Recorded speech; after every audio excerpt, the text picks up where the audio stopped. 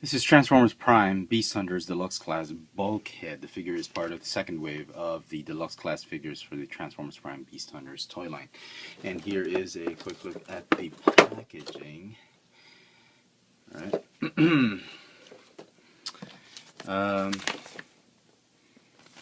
Alright, and the instruction sheet has Chapter 9, the Tales of the Beast Hunters, his Dragon Grinder, blah blah blah. Yeah. Got nothing to do with the show, maybe. I don't know. Well, I'm a big fan of the deluxe class figures. I picked this one up at a 20%, 19% discount off a mall sale. And you begin to wonder why Hasbro made this figure. I mean, this is the TF Prime Bulkhead. This is the first edition. I think it's the best Bulkhead Hasbro has created for Transformers Prime, the best Prime Bulkhead. I don't have the RID Voyager Bulkhead yet. I might get that, maybe. I don't know. But I picked this up because I thought it was an interesting toy on its own. But then you begin to wonder why Hasbro would do this figure. He's so small, and Hasbro has always made the would have been larger figures like Ratchet or Ironhide. They always reduced them to deluxe class for some reason. And in this regard, as it is as a figure, it sort of works, but overall, in the grander scheme of things, if you're really collecting just the show accurate characters, you just want a bulkhead for the shelf, it's the Voyager bulkhead. This is an absolute waste of money.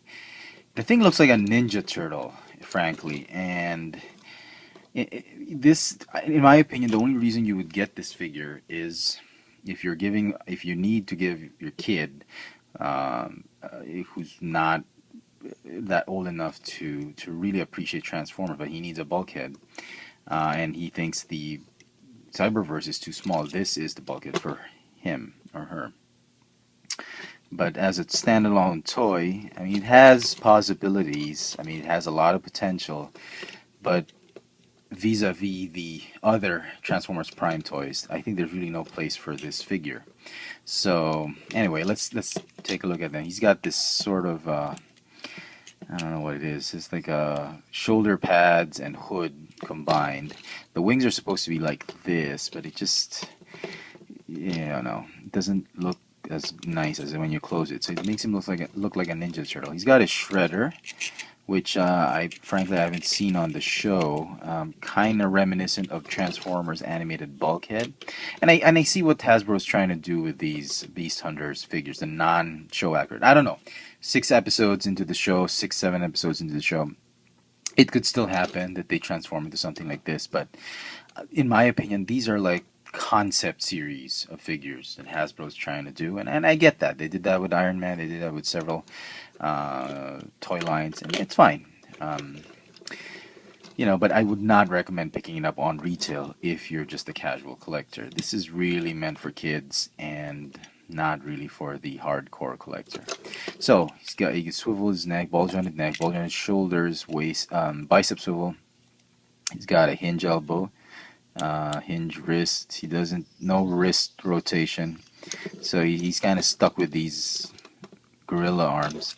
No waist articulation, ball jointed hips, thigh swivel, hinge knees, and a little bit of a toe articulation. Now transformation is relatively simple. The instructions just make a big fuss on how to do it, but rightly so. I mean, if you're giving this to a kid, you're gonna want your kid to do it step by step, and I think the instructions were just trying to be kid friendly. So transform this way.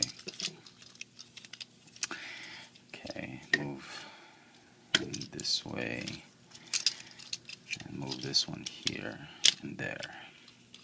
And that's the front part of the cab.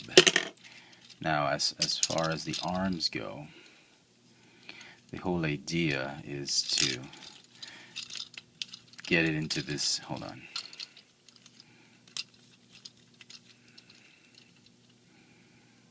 Oh.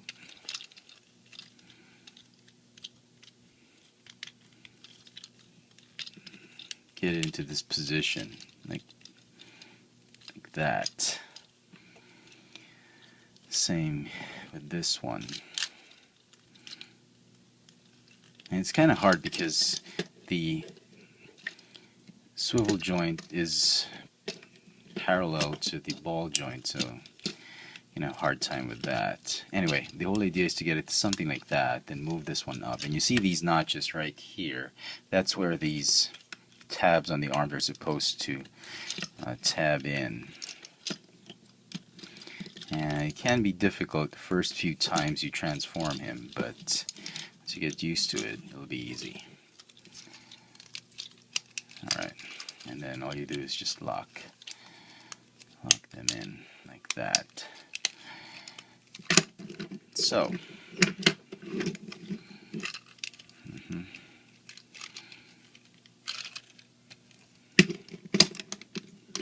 okay, so Bulkhead in his armored up sort of militaristic SUV. This could have been Rhinox for all intents and purposes because of the color scheme, but he is Bulkhead. Scale wise, it could work. I mean, I have to admit, he should be a little bit bigger, but for the deluxe class, it could work. So I see what Hasbro is trying to do with this one, but unfortunately for me, I'd still go for the bigger Bulkhead because he's really big on the show. And the casual collectors, I would not recommend this. This is really just for kids and for those who are really interested in the concept series type of figure. So if you like this video, I'll just give you one more look at him. Pretty nice. Some peg holes right there for the weapon. Lots of kibble everywhere. And solid enough up top, but the downstairs there is just a little bit, flimsy again.